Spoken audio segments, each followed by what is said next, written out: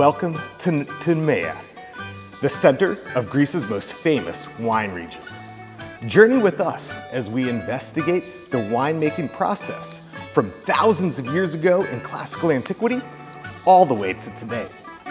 So go ahead, sit back, relax, and pour yourself a glass of Moscow Filero as we investigate winemaking in Greece.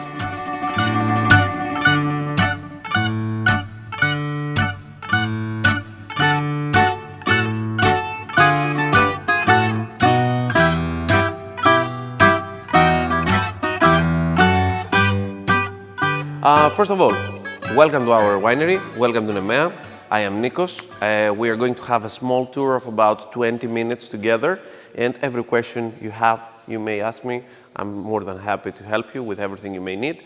The goal of this tour is to actually be able to understand what we are doing in a winery, how do we make the wine, what are the varieties we are using, because in Greece we have some really unique grape varieties. And then at the end, we are going also to speak about the aging. The idea of making a wine is pretty simple. I'll try to keep it as basic as possible. If you do have any question, let me know.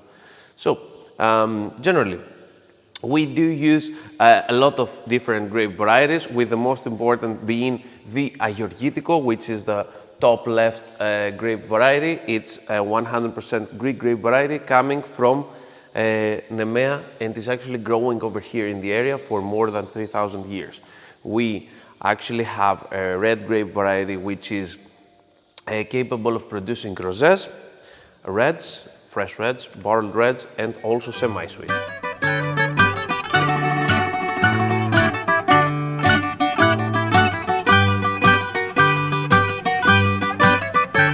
So perfect. As you can see, we are at our vineyard right now. They are at the peak of their evolution stage. What is happening is that we have the first grapes having their bunches actually produced. So I'm going to unfortunately cut one down, but yeah, it will be really unfortunate.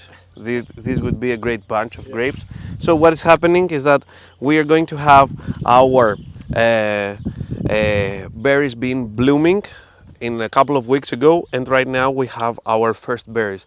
They are right now producing their acids, and in a couple of months they are going to inflate, produce their sugars, and in September is when we are going to actually harvest them. So these two periods of blooming, it's the most important because you need to actually not touch the grape.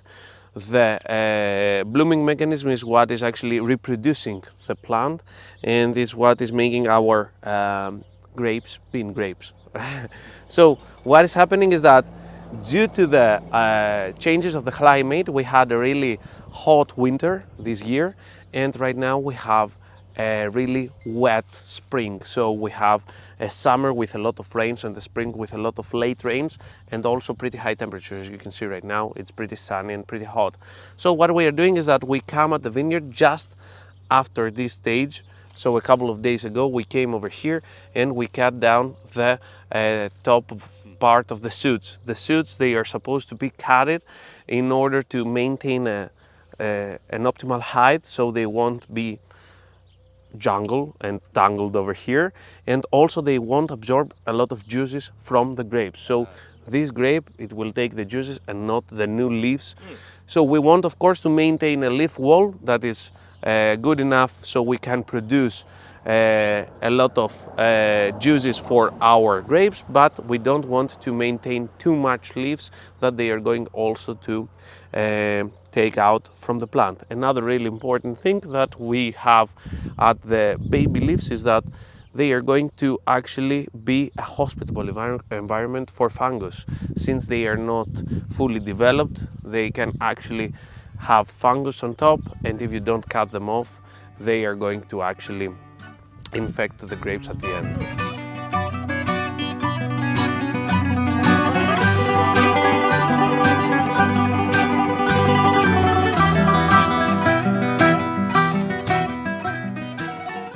Good wine is made in the winery, great wines is made in the vineyard.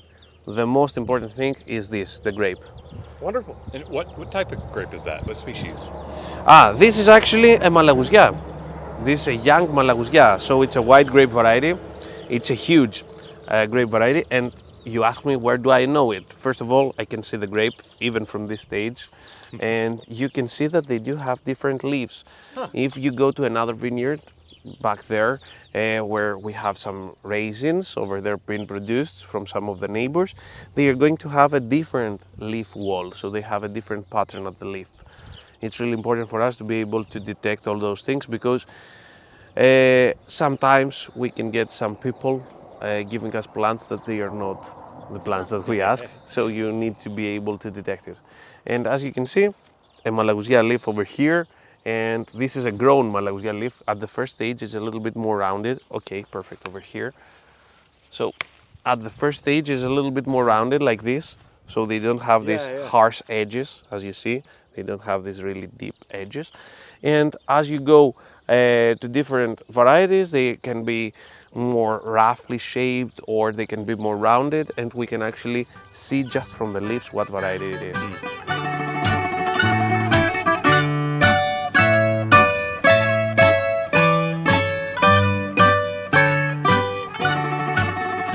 So, as I said, we are at our cellar, which is a special room below the ground level, really important. Three main reasons for a cellar to be at this part of the winery. First of all, we want to have steady temperature around 17 degrees Celsius, which is approximately 60 F. We are going to have higher humidity and steady humidity at about 75 to 80% is the optimal, and the optimal. And we are going to actually have a dark room. A thing that we tend to oversee is that all the glasses in the wine bottles in the past, they were dark. They were dark in order to protect the wine from the sunlight. It's really important thing to have a dark room. So right now, when we go back at the winery upstairs, we are going to shut off all the lights and all the sensors that we have over here. They are not only for temperature and humidity, they are also light sensors in order to ensure that we don't have a long exposure to the light, especially to the sunlight is really important. So what is happening over here? We use our oak wood barrels that they are going to age the wine. The barrels, they are not over here to store the wine. Pretty important thing you need to know about the barrels is that they are made from oak wood. Oak can be found in Europe. The European oak wood is actually one of the highest in quality, with the French being the dominant market about the European oak wood. Of course, there are other areas like Hungary, Slovenia, but there's also the American oak wood, which has a different profile since it's a different species of oak. So we have two different types of oak, European and American oak. Over here we are using only European oak, and we buy from a French company named Nathalie our barrels, that they are going to actually ensure that we will have the same quality of wood is here. Really important for us. What is happening is that through the pores of the wood, a small amount of oxygen is coming inside and reacting with our wine. For our winery, we age only red, so we are going to refer a term called tannin inside the wine. It's some phenols that they are actually exist inside the skins, and we extract them by let the skins to soak inside for really long time into the juice. So tannins are actually mildly acid phenols, so they have a little bit of acidity, of some free hydrogens. So these hydrogens are reacting with our saliva, which is dissolved from these acids, and they are actually let our mouth with a really dry sensation. We have this really dissolved saliva which can't lubricate our mouth, and that's why we say that we have strong tannins or anything like that. So what is happening over here? The oxygen that comes inside is so small that it's going to actually allow the phenols to have this polymerization process. So one tannin is connecting with the other with a small bridge of oxygen, and this bridge of oxygen is actually what is allowing us to make a big chain of many tannins. This polymerization process, as you understand, makes the molecule way bigger and the wine way more interesting and more complex, as we say.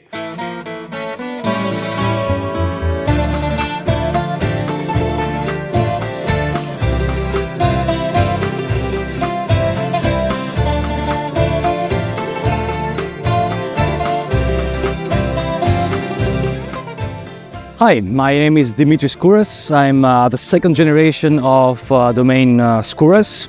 My father is George Skouras, who started the winery back in 1986. So the story is that he went outside, he went abroad in France, he studied winemaking there. Then he came back and decided he wanted to start his own winery.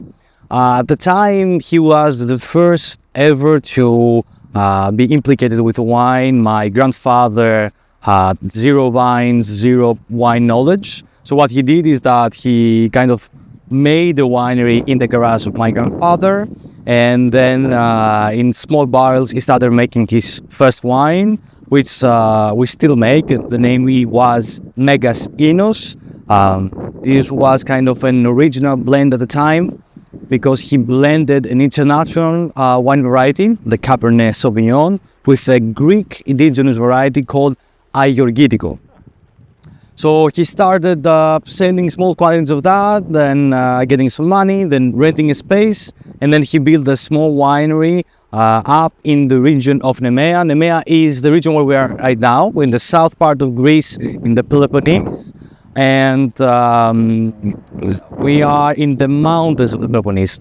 Peloponnese is covered 80% by mountains, and we're located more in the east and a bit to the north side. So the Nemea region expands from here all the way behind me to the mountains and all the way up north. And that's where he started his first winery. We can build his winery. And then after a few years, we built the winery which we're located right now. And in 2004, this is the winery you can see over here. This winery was built under two very important rules for us.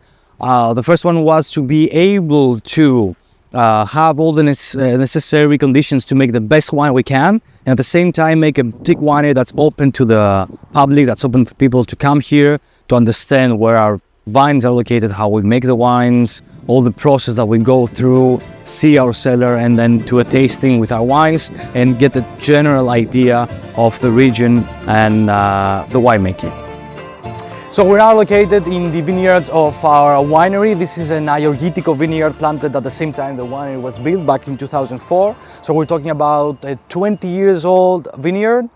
This is a lovely stage we are right now. This is just after the floraison, as the French call it. So we have the formation slowly of what soon will be the clusters of the berries and the grapes. This is just a small idea of how the cluster will be. Just starting, you get a little bit the shape of the berries.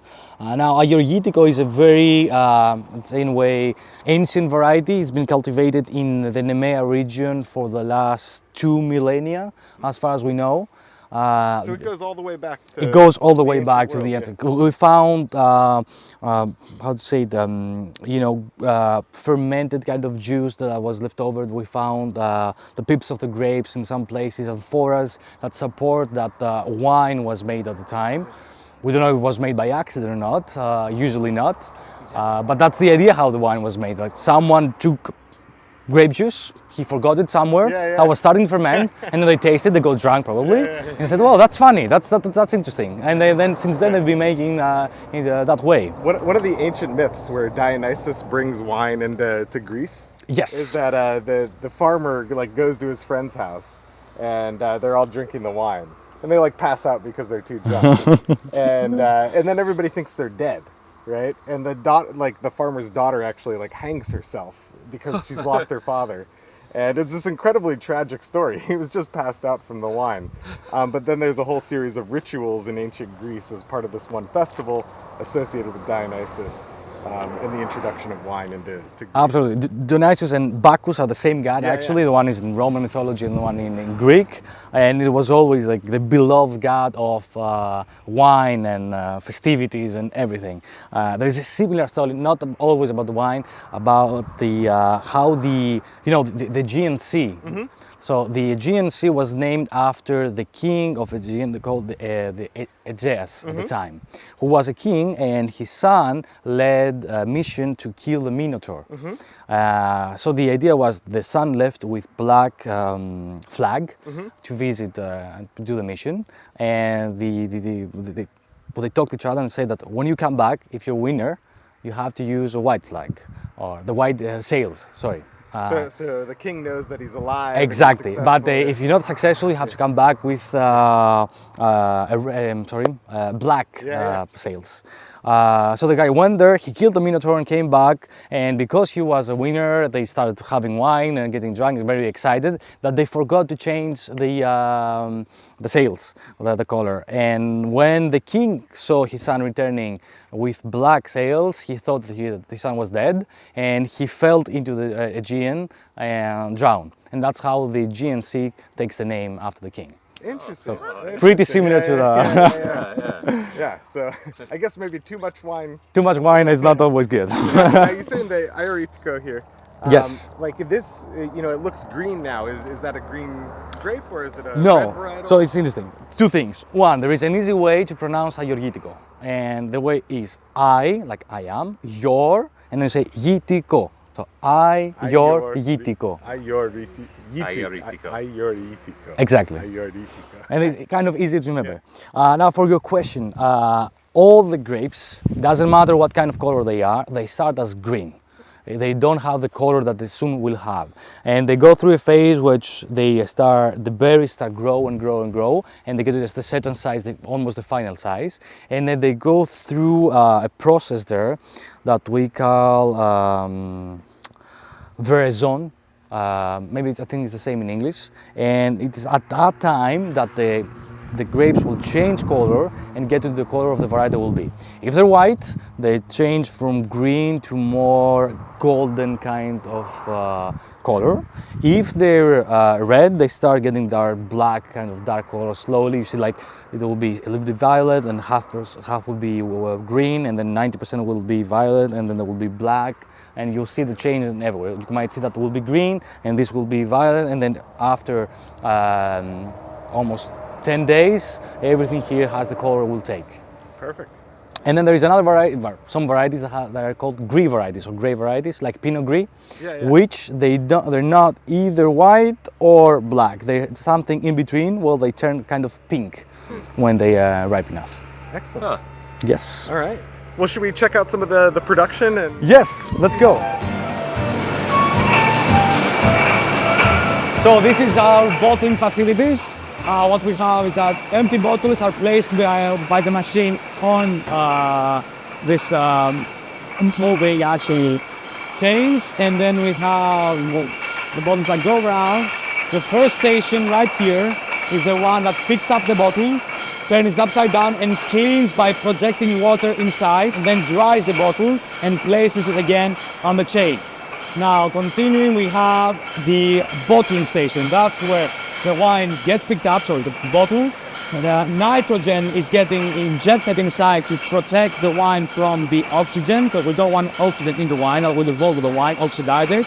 And then we fill up the bottle, the wine comes out, and on the end there is a small projection of nitrogen, so that will take the space that's left free from the wine. Now the third station or fourth station will be either the cork, depending on the bottles, or here we have a screw cap that we'll put on the bottle. And after that we go into the labeling facilities, where we put the label back and forth. The wine will be placed in the cases, and the cases stuck into barrels.